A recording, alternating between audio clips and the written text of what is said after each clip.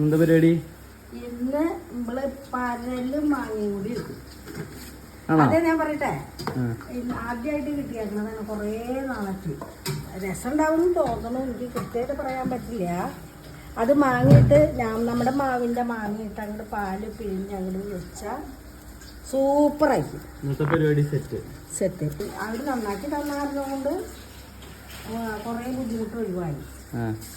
അത് 2 മാങ്ങയിട്ട് ഒരു തേങ്ങയുടെ പാലും പിഴിഞ്ഞ് അങ്ങനെ വെച്ചാൽ കല്യാണ മാങ്ങറി മാറിയിട്ട്. ഇച്ചക്കുട്ടിക്ക് മാങ്ങയും മീമിയും വെച്ചൊരു വേണോജി തന്നെ. വേണോജി പറഞ്ഞേ ഇവിടെ എന്താ പരിപാടി?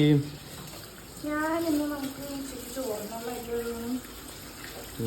ഓൾറെഡി കത്തിച്ചിട്ടുണ്ട്. അടുപ്പോ? എന്താ അടുപ്പിൽ പരിപാടി? ഗ്യാസ് കിട്ടാനില്ലല്ലോ, അടുപ്പിലാക്കാന്ന് വിചാരിച്ചു.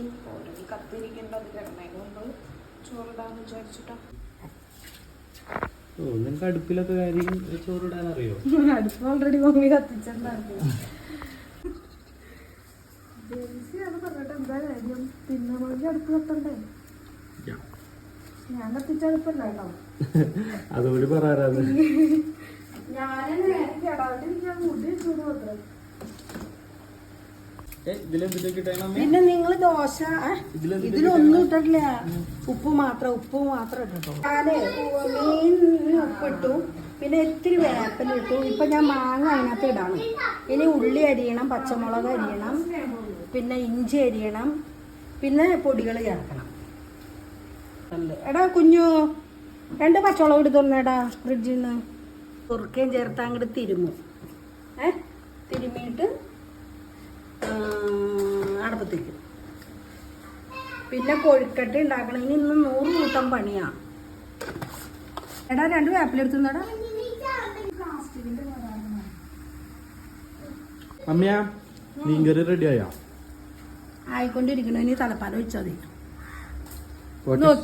നോക്കിയടാ കറി. തലപ്പാല് മമ്മി? ഞാൻ പൊങ്ങച്ചൊന്നും പറയുന്നതല്ല കേട്ടോ.